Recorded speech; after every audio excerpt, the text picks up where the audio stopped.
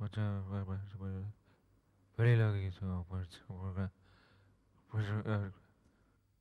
M inspector Sameer, Sameer कदम।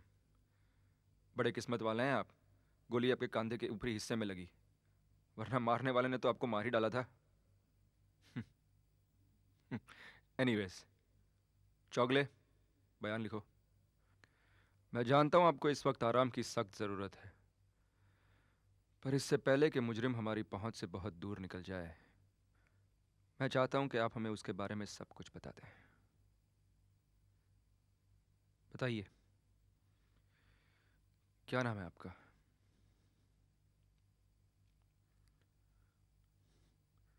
आपके जख्म को देखकर लगता है जैसे गोली चलाने वाले और आपके बीच फासला बहुत ही कम था। इसका मतलब आपने उसे जरूर देखा होगा। कौन था वो? किसने चलाई गोली आप पर? कोई दोस्त, कोई दुश्मन, कोई अजनबी, या फिर? बहुत उलझी हुई कहानी है मेरी। मेरे पास हर कहानी उलझी हुई आती है। अब बताना तो शुरू कीजिए। एक से एक अजीबोगरीब केस सॉल्व किया है मैंने पिछले 10 सालों में। अब जितने सवाल पूछेंगे उतने ही उलझते जाएंगे। अगर मेरे बारे में जानना है तो शुरू से जानना पड़ेगा। मेरे साथ 5 साल पीछे चलना पड़ेगा। ये उन दिनों की बात है जब मैं अकेला था।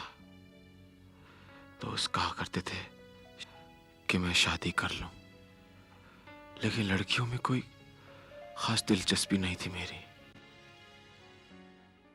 पार्टियों में जाने का मुझे शौक भी नहीं था, इसीलिए ऑफिस के बाद हर शाम कॉफी पीने के लिए मैं होटल जूहू कॉन्टिनेंटल में आ जाया करता। उस रोज भी मैं हमेशा की तरह कोने की टेबल पर बैठकर अपने नए एड कैंपेन के बारे में सोच रहा था।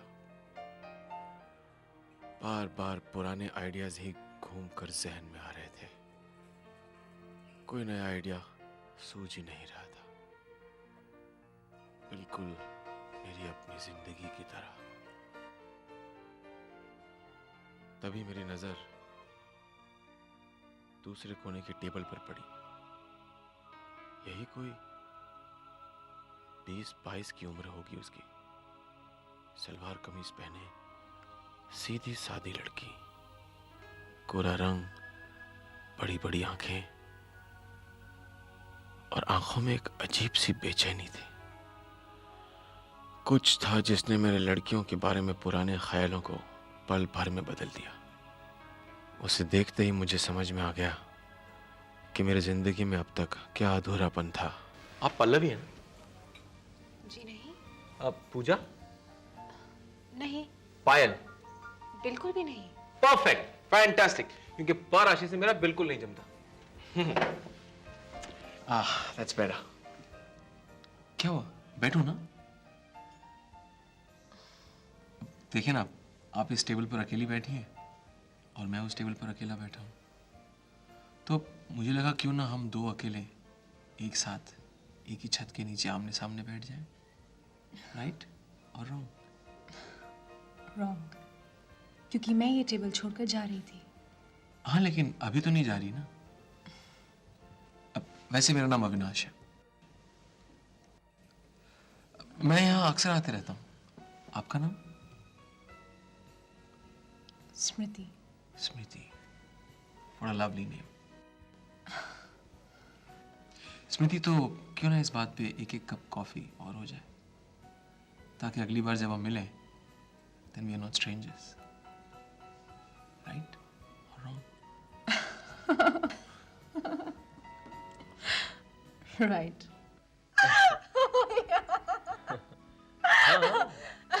Believe me, of course.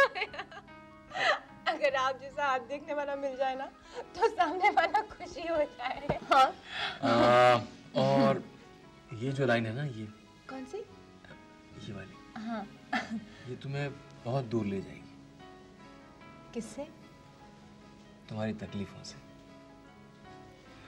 बहुत जल्द ही तुम्हें ढेर सारी दौलत मिलने वाली। बंगला, गाड़ी, नौकर चाकर और एक अच्छा पति जो तुम्हें बहुत प्यार करेगा। अच्छा, आप मेरे पास के बारे में क्या जानते हैं? अतीत से पर्दा उठाना हमारी आदत नहीं, और वैसे भी आप वही जानना चाहेंगी जो आप नहीं जानती। मैं आपके बारे में जानना चाहती हूँ। आपकी तकदीर क्या कहती है? फिलहाल तो आपकी तकदीर से जुड़ना चाहती है।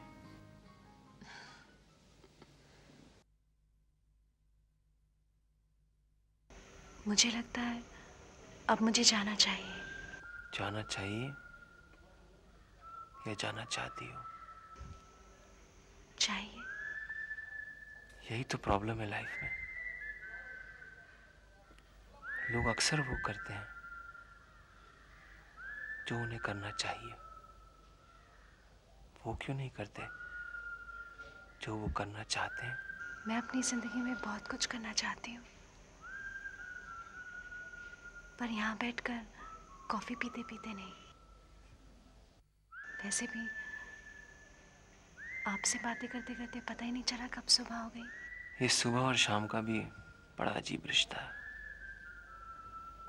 सुबह मिलती है शाम से बिछड़ने के लिए, और शाम मिलती है सुबह से बिछड़ने के लिए। वैसे तुम आज शाम को क्या कर रही हो? कुछ नहीं। और कल शाम को? कुछ नहीं। और बाकी की जिंदगी? कुछ खास नहीं। तो फिर क्यों ना हम दोनों मिलकर बाकी की जिंदगी कुछ खास करें?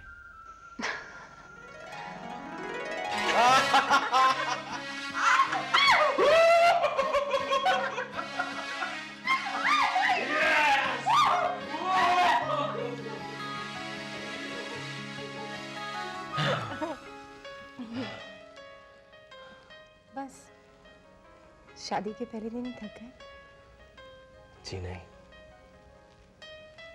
शादी का बोझ तो मैं जिंदगी भर उठा सकता हूँ, लेकिन इस दुल्हन के बोझ के लिए मुझे अपनी कमर से इजाजत लेनी पड़ेगी। देखो, जितनी भविष्यवाणी मैंने तुम्हारे बारे में की थी वो सब सच हो गई।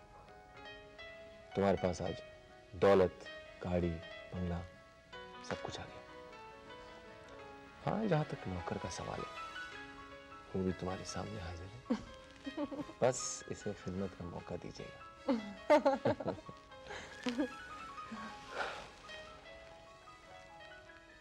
स्मृति, अच्छा ही हुआ तुम मेरी जिंदगी में आ गई, वरना पता नहीं मैं ये अकेली जिंदगी कैसे बिताता।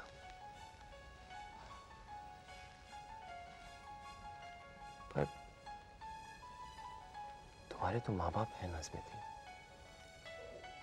क्यों ना हम इन्हें ऐसे मौके पर एक फोन कर दें?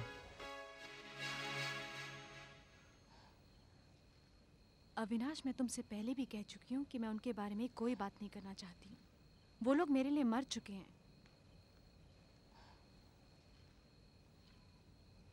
स्मृति, लेकिन मैंने ये तो नहीं कहा कि तुम उन्हें शादी के लिए बुला लो। मैंने ये कहा कि तुम उनसे... अविनाश, बचपन से लेकर आज तक एक पल भी खुशी का मैंने उन लोगों के साथ नहीं गुजारा है, और आज जब मुझे खुशी मिल रही है तो तुम बार बार उनका जिक्र करके इसे बर्बाद करना चाहते हो। Okay, my fault. Relax, okay, relax. गलती हो गई। क्या हो रहा है ये? हाँ, कहीं हमारी शादीशुदा जिंदगी के पहले ही दिन हमने पति पत्नी वाला झगड़ा तो शुरू नहीं कर दिया? नहीं। I'm sorry, okay? उसके साथ शादी करके शायद अपनी जिंदगी का सबसे अच्छा फैसला किया था मैंने। वो भी बहुत खुश थी, उसकी अच्छाइयों की अगर लिस्ट बनाऊं तो आपके सारे कागज उसी में खत्म हो जाएंगे इंस्पेक्टर साहब। हम एक दूसरे के साथ इतने खुश थे कि हमारे 5 साल कब और कैसे निकले इसका हमें पता ही नहीं चला। सब कुछ ठीक चल रहा था। हम अपनी 5वीं एनिवर्सरी मनाने के लिए फिर उसी कॉफी शॉप में गए। अंगूठी तो पहन लो।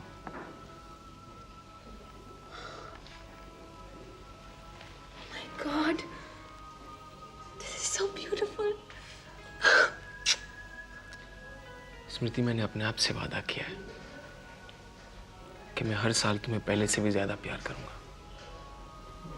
तुम्हें इतनी खुशी दूंगा, इतनी खुशी दूंगा कि मुझे छोड़कर जाने का ख्याल तक तुम्हारे मन में ना आए। I love you, Avinash. No खुशी के आंसू। राइट और wrong? Right. Right. Food, let's eat food. Come on. You order. All right, let's see. What have we got here?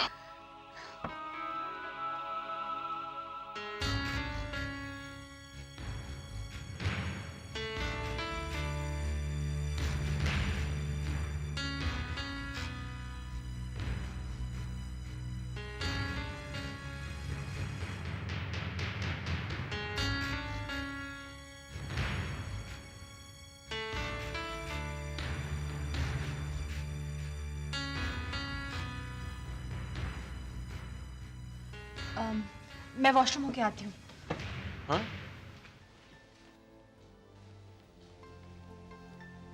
Sure. तुम भी कमाल करती हो स्मृति। कल रात को अपनी एनिवर्सरी के लिए मैंने इतने शौक से चाइनीज खाना मंगवाया था, तुमने कुछ खाया ही नहीं। अब तुम्हारी मेहरबानी से मुझे ब्रेकफास्ट में वही खाना पड़ रहा है। कुछ खाओगी? नहीं। क्या बात है? कल रात से कुछ खोई खोई सी नजर आ रही हो। कहीं 5 साल बाद मुझसे शादी करने का अफसोस तो नहीं हो रहा? Don't be stupid, Avinash. हम ओके। बस थोड़ा सा सर दर्द हो रहा है, ठीक हो जाएगा। हेलो।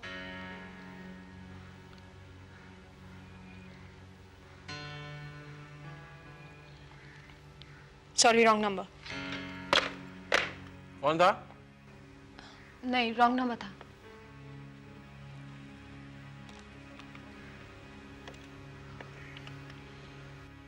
मैं जानता था वो मुझसे कुछ छिपा रही है, इसलिए उसे पूछकर मैं उसे ज्यादा परेशान नहीं करना चाहता था।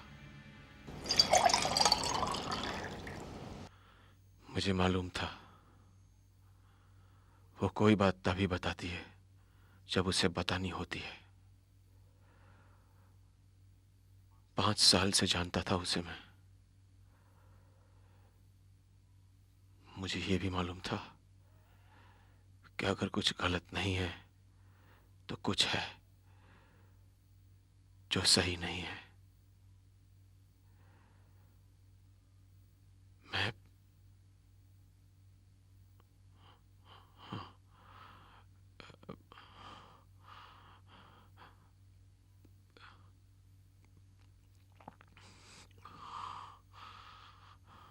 Thank you.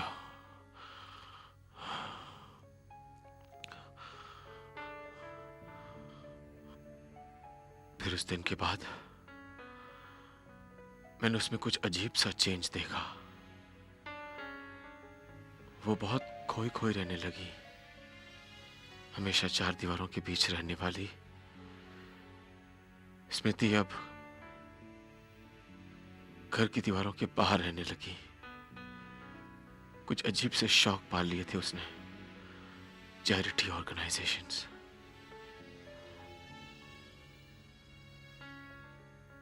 अब ज्यादातर उसका समय अनाथ बच्चे या बेघर औरतों के बीच गुजरने लगा। पर मुझे भी ये सब तब तक अच्छा लगा जब तक इसके असर मेरे बैंक बैलेंस पर नहीं पड़ा।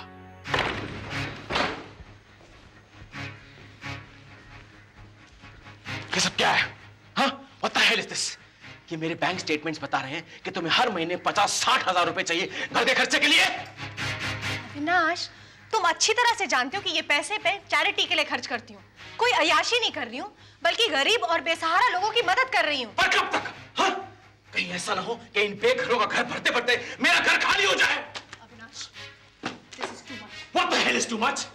सोच भी नहीं सकती थी कि इतने से पैसे के लिए तुम मुझे इस तरह से हर एक treat आदमी करोगे। ऑफिस से घर आता मैं है समझती ये थी सोच के घर कि मेरा उसे है। शांति मिलेगी, तुम्हारे पैसे और यहाँ मेरे पे हैं। क्या सोचते हो जिस मर्जी कि की ये क्या हो रहा है? कर सकती तुम पैसे थी। कहाँ खर्चा कर रहे हो? मैं What the hell are you doing? Sir, Shut up! Shut up, I said!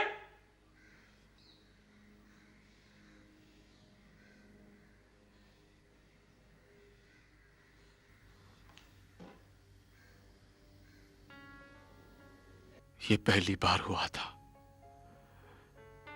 पहली बार उसकी वजह से मैं अपसेट हुआ। क्यों चाहिए था उसे इतना पैसा, मुझे कुछ मालूम नहीं। प्यार की जगह झगड़े ने ले ली थी। हम दोनों के बीच तनाव बढ़ता गया। मैं ऑफिस जा रहा हूँ। स्मृति,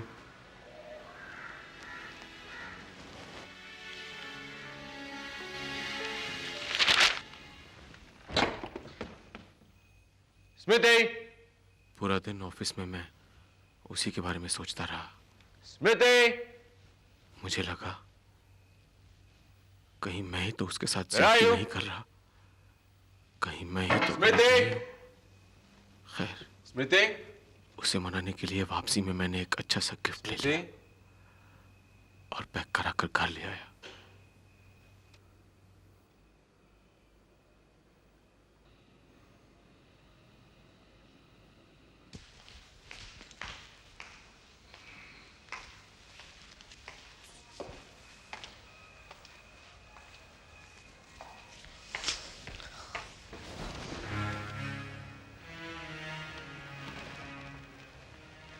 कहाँ गई थी? अपने बॉयफ्रेंड के साथ घूमने।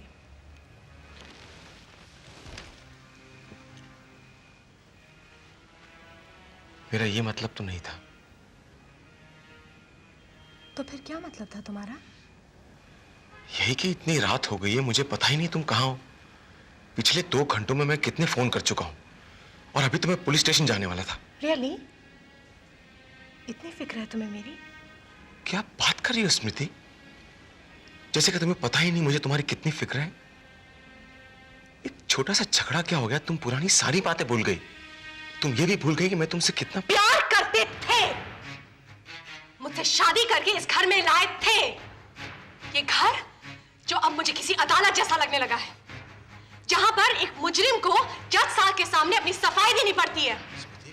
बैंक से पैसे निकालते वक्त, घर से बाहर जाते वक्त, घर के अंदर आते वक्त, घर में रहते वक्त। मैं तुमसे पूछना चाहती हूँ अविनाश, तुम मुझसे शादी करके लाए थे या खरीद कर? थप्पड़ मारोगे मुझे? मार लो, मार लो अविनाश, ये कसर भी पूरी कर लो। 5 साल में मुझ पे जितना पैसा खर्च किया है ना, वो पूरी तरह से वसूल कर लो। रुक क्यों गए? मारो ना अविनाश, मारो ना।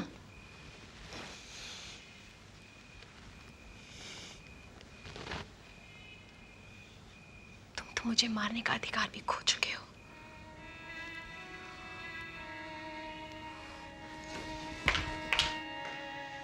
ये अचानक पुणे जाने का प्रोग्राम कैसे बना? अचानक नहीं बना है, पहले से प्रोग्राम बना था। ब्लाइंड एसोसिएशन की एनुअल मीटिंग है, वहाँ मुझे अंधे बच्चों से भी मिलना है। अंधों के स्कूल जा रही हो या फिर मेरी आंखों में धूल झोंक कर मुझे अंधा कर रही हो? तुम जो चाहो समझ सकते हो।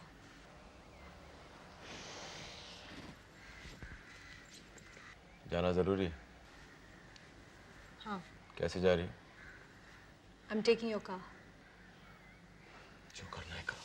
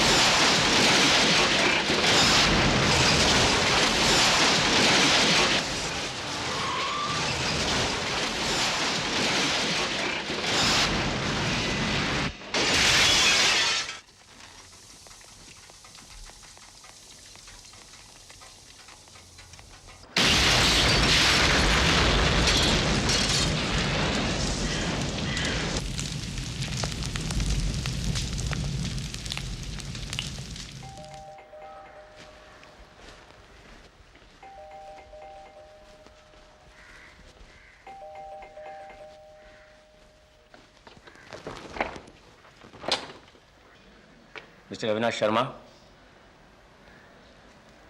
जी।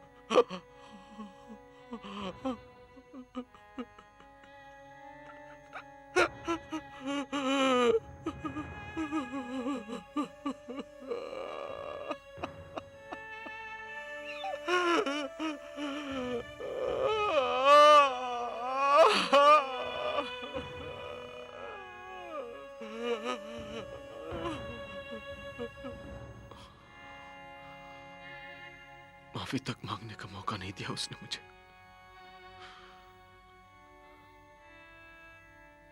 कहीं ना कहीं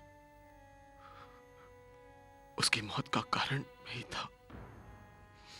ना ही मैं उससे झगड़ा करता, ना ही वो इतनी तेज गाड़ी चलाती, और ना ही वो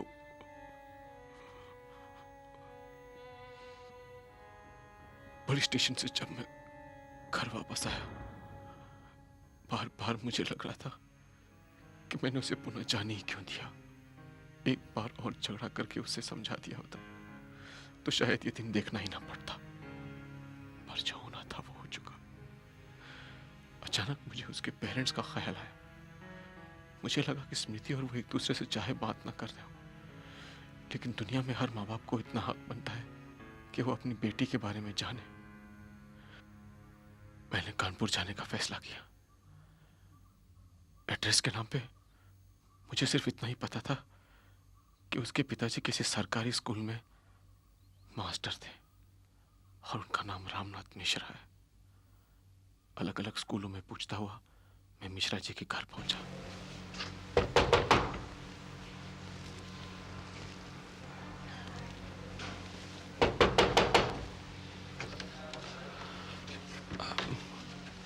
नमस्ते माँ जी। नमस्ते।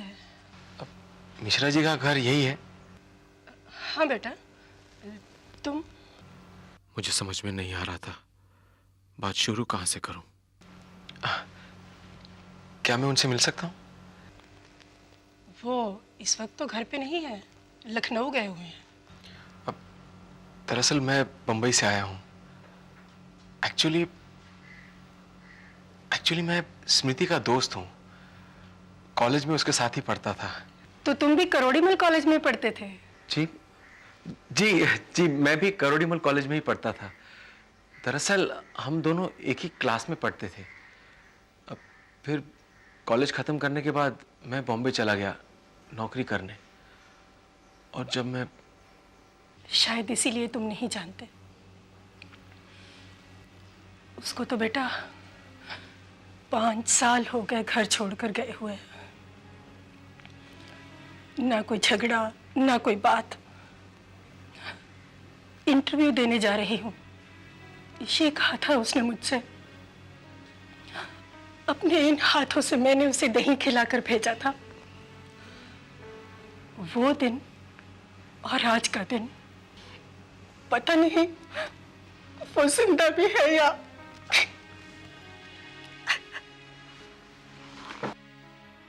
मेरी उलझन बढ़ती जा रही थी। एक मां को उसकी बेटी की मौत की खबर देना, ये मेरे साथ पहली बार हो रहा था। जी कर रहा था बिना खबर दिए ही मैं वापस चले जाऊं। अजी, पानी पीजिए।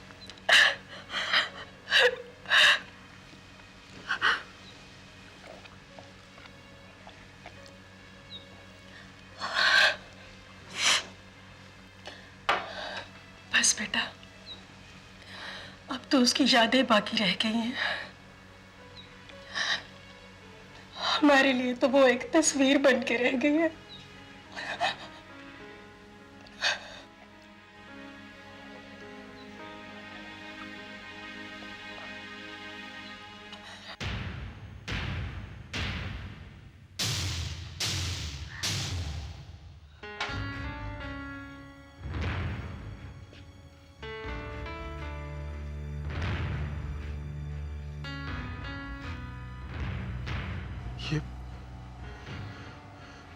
ये तस्वीर स्मृति की है बेटा, तुमने पहचाना नहीं?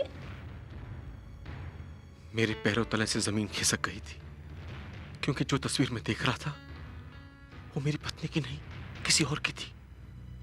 अगर ये स्मृति है तो फिर वो। क्या सोच रहे हो बेटा? हाँ जी, कुछ नहीं, यही कि इस तस्वीर में कितनी अलग लग रही है ना स्मृति। वो तो हर तस्वीर में ऐसी ही लगती थी। मैं तुम्हें उसकी एक और फोटो दिखाती हूँ।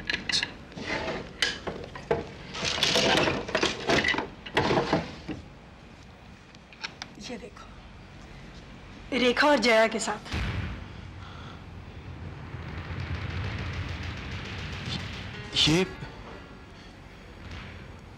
ये रेखा तुम इसे जरूर जानते होंगे, पहचाना नहीं तुमने? ये लड़की भी उसी दिन से गायब है। शायद दोनों इकट्ठी कहीं चली गई हैं। मेरा दिमाग पूरी तरह घूमने लगा। जिसे आज तक मैं स्मृति समझता रहा वो रेखा थी, और स्मृति वो कहाँ थी? और रेखा को मुझसे स्मृति बनकर मिलने की क्या जरूरत थी? हजारों सवाल मेरे जहन में गूंजने लगे और मैं। क्या आप मुझे रेखा के माँ बाप का पता बता सकती? बहुत एम्बिशियस थी मेरी बेटी।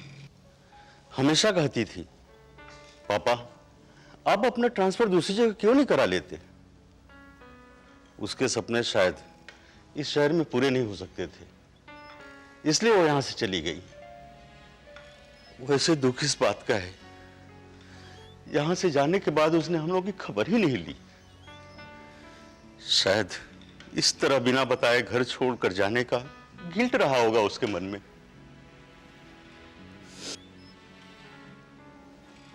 तुम तो बंबई रहते हो ना बेटा? अगर तुम्हारी मुलाकात उससे हो जाए तो चुपके से हम लोगों को एक फोन जरूर कर देना। वैसे कब जा रहे हो बंबई? कब जा रहे हो बेटा? हाँ, कल सुबह की फ्लाइट से। बेटा आज रात यहीं रुक जाओ, मुझे अच्छा लगेगा।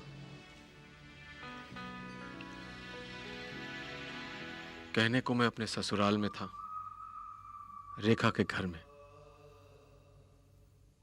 कानपुर में आने के बाद ऐसे ऐसे सच मेरे सामने आ रहे थे कि मुझे सब कुछ झूठ लग रहा था। लग रहा था पिछले 5 साल से मैं एक झूठी जिंदगी जीता हुआ आ रहा हूं। शायद मुझे यहां आना ही नहीं चाहिए था, ताकि एक सच्ची जिंदगी जीने का भ्रम तो बना रहता। फिर मैं फ्लाइट पकड़कर मुंबई चला आया। अब मेरे सामने सिर्फ 2 ही रास्ते थे, या तो मैं उसके झूठ बोलने के कारणों को ढूंढूं, या तो हमेशा हमेशा के लिए उसे मैं अपने दिलो दिमाग से निकाल दूं।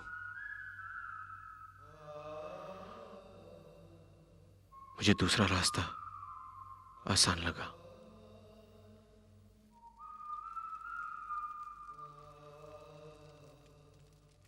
मैं उसकी कोई याद अपने साथ नहीं रखना चाहता था।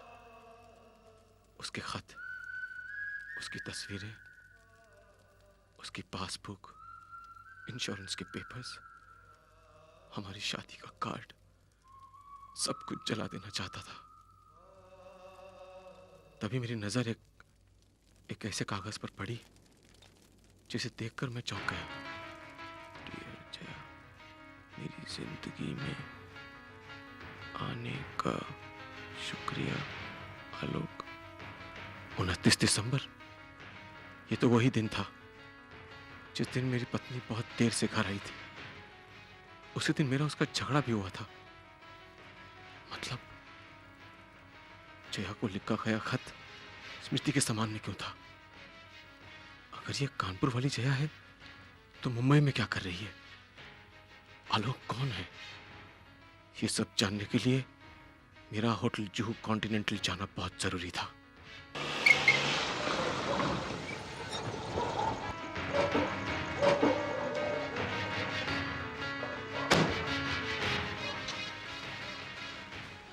एक्सक्यूज मी, देखिए 29 तारीख को आपके होटल में मिस्टर आलोक श्रीवास्तव ठहरे थे। वो कुछ पेपर्स मेरे ऑफिस में भूल गए हैं। मुझे उनका पोस्टल एड्रेस मिलेगा? Yes sir.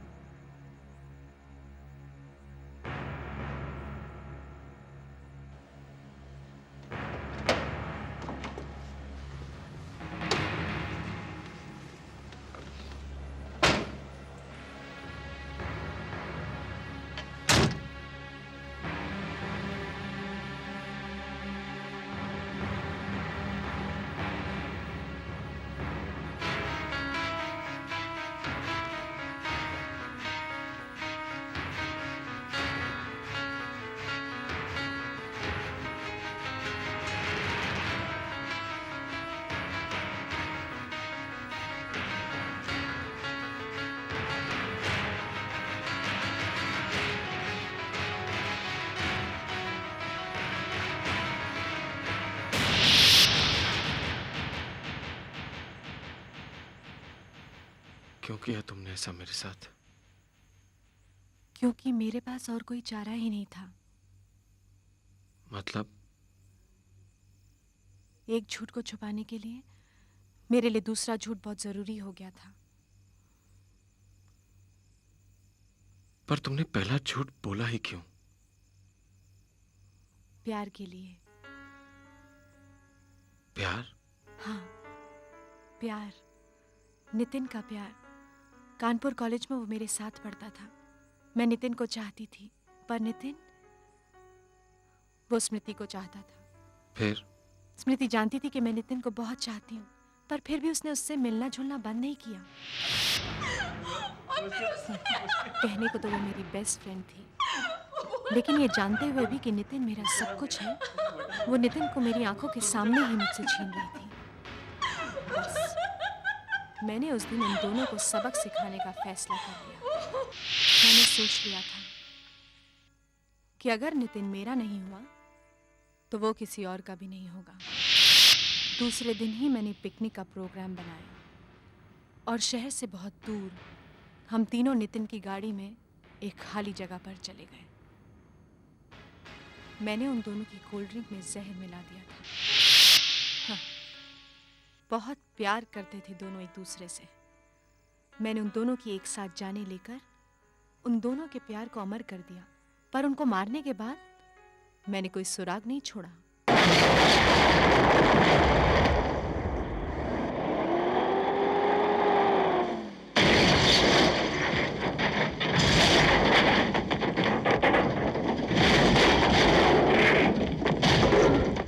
उन दोनों को ठिकाने लगाने के बाद मैं मुंबई भाग के आ गई। और उस रोज जब मेरे पास जाने के लिए कोई जगह नहीं थी, तुम मेरे पास आए। आप पल्लवी हैं ना? जी नहीं, आप पूजा? नहीं, पायल? बिल्कुल भी नहीं। परफेक्ट। एक दौलतमंद दिल फेंक आशिक जिसके साथ कोई भी लड़की खुश रह सकती थी। तुमने मुझसे मेरा नाम पूछा और अपना नाम छिपाते छिपाते पता नहीं क्यों मेरे मुंह से निकला स्मृति। तुम्हें पाके मैं बहुत खुश थी। सच्चा प्यार क्या होता है मैंने तुमसे सीखा था। 5 साल तक सब ठीक चलता रहा, पर 5 साल बाद मेरा अतीत मेरे ठीक सामने आके खड़ा हो गया। उस दिन रेस्टोरेंट में मैंने मेरी और स्मृति की सहेली जया को देखा। मुझे लगा कि इससे पहले उसकी नज़र मुझ पर पड़े और वो यहाँ आकर मुझे मेरे नाम से पुकारे, मुझे ही उसके पास चले जाना चाहिए। मैं वॉशरूम होके आती हूँ। मेरा उसे सब कुछ बताना ज़रूरी हो गया। मुझे लगा वो मेरी बात समझेगी, पर उसने मेरी उम्मीद से एकदम उल्टा किया। सब कुछ सुन के तो वो पहले अचंभे में आ गई, फिर उसने मुझे ब्लैकमेल करना शुरू कर दिया। उसने मुझसे कहा कि अगर मैंने उसे सच छिपाने की कीमत नहीं दी तो वो तुम्हें सब कुछ बता देगी। मेरी बाजी मुझी पर ही उल्टी पड़ गई। अब वो मुझे बार बार फ़ोन करने लगी। Hello, Hello, Mrs. Smriti Avinash Sharma. How are you? Hello? Hello? Sorry, wrong number. उसका मुंह बंद करने के लिए मैंने चैरिटी के नाम पे तुम्हारे बैंक से पैसे निकालने शुरू कर दिए। और उस दिन मुझसे झगड़ा करके जब तुम ऑफिस गए, जया ने फिर फ़ोन किया। इस बार उसे इतनी बड़ी रकम चाहिए थी जो मैं चुका ही नहीं सकती थी। वैसे भी तुम्हें मुझ पर शक हो गया था। मुझे समझ में नहीं आ रहा था कि मैं क्या करूं। परेशानी की हालत में मैं उसी कॉफ़ी हाउस में जाके बैठ गई। मुझे अभी भी समझ में नहीं आ रहा था कि मैं क्या करूं और क्या ना करूं। तभी तुम्हारी ही तरह मुझे कोई और मिल गया। Hi, I'm Alok Srivastava. And you? मुझे लगा तकदीर फिर से मेरा साथ देना चाहती है। अपनी पुरानी पहचान भुला के मैं नए सिरे से उसके साथ रिश्ता जोड़ना चाहती थी। इसलिए अपना असली नाम मैंने उसे नहीं बताया।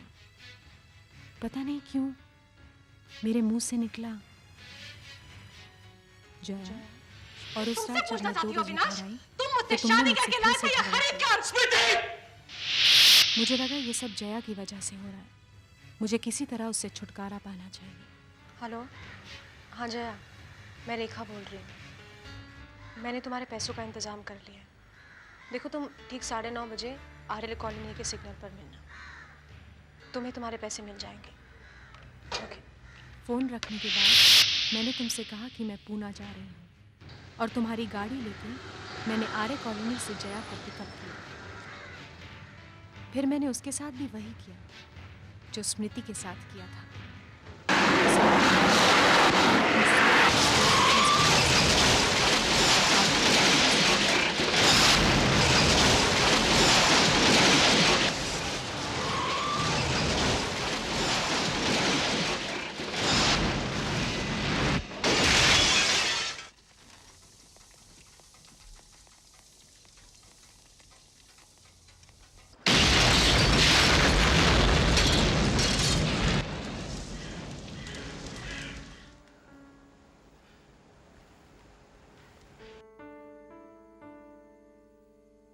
और इसके बाद क्या हुआ तुम्हें अच्छी तरह से मालूम है। मैंने तुमको ये सब कुछ शायद इसलिए बताया है क्योंकि मैं अब भी तुमसे प्यार करती हूँ। जीते जी मेरी वजह से तुमने बहुत कुछ झेला है, मैं ये नहीं चाहती कि मरने के बाद तुम कोई बोझ लेकर जाओ। तुम अच्छी तरह से समझ सकते हो कि तुम्हें मारना मेरी कितनी बड़ी मजबूरी है।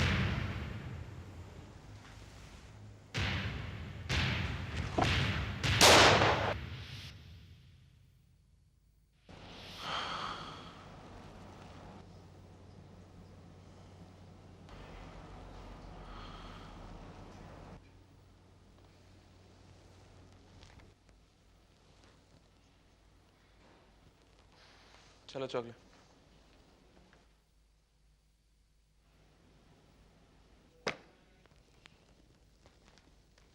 मिस्टर अविनाश, हमने उसे गिरफ्तार तो कर लिया है, लेकिन वो अपना जुर्म कबूल करने से इनकार कर रही है। उसका कहना है कि उसने ना ही किसी का कत्ल किया है और ना ही आप पर गोली चलाई है। एंड द प्रॉब्लम इज, उसके खिलाफ हमारे पास आपके अलावा दूसरा कोई सबूत नहीं। आप पर गोली चलाते हुए भी उसे सिर्फ आप ही ने देखा है। जो बातें उसने आपको बताई हैं, अगर आप कोर्ट में बता दें तभी कुछ हो पाएगा।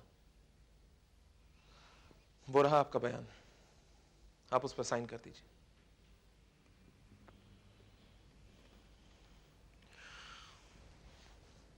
क्या मैं उससे एक बार मिल सकता हूँ?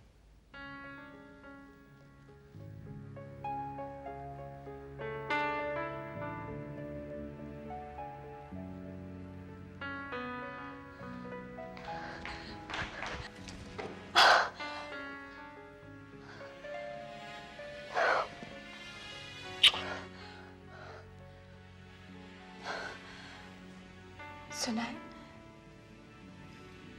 प्यार में सब कुछ भुला देने की ताकत होती है, और तुम मुझसे अभी भी प्यार करते हो। हाँ, अगर तुम सिर्फ अपने आप से प्यार करती हो। लेकिन इससे तुम्हारा प्यार तो कम नहीं होता ना। मैं जानती हूँ कि अदालत में तुम मेरे खिलाफ कुछ नहीं बोलोगे, क्योंकि तुम मुझसे अभी भी प्यार करते हो। राइट और रॉन्ग? राइट। मैं अभी तुमसे बहुत प्यार करता हूं, और शायद इसीलिए तुम्हें फांसी पर चढ़ता हुआ देखकर मुझे तकलीफ तो बहुत होगी, मगर मैं और मेरा प्यार इतने मतलबी तो नहीं कि एक मुजरिम को उसकी सजा होने से बचा ले। तुमने मेरे साथ जो कुछ भी किया, उसके लिए तो मैं तुम्हें माफ कर सकता हूं, मगर हर बार एक नई पहचान बनाकर तुमने औरों के साथ जो किया, उस गुनाह के लिए माफ करने वाला मैं कौन हो सकता हूं? उनके खून की सजा तो तुम्हें भुगतनी पड़ेगी। राइट और रॉन्ग? तो तुम अदालत में मेरे खिलाफ गवाही दोगे? हाँ?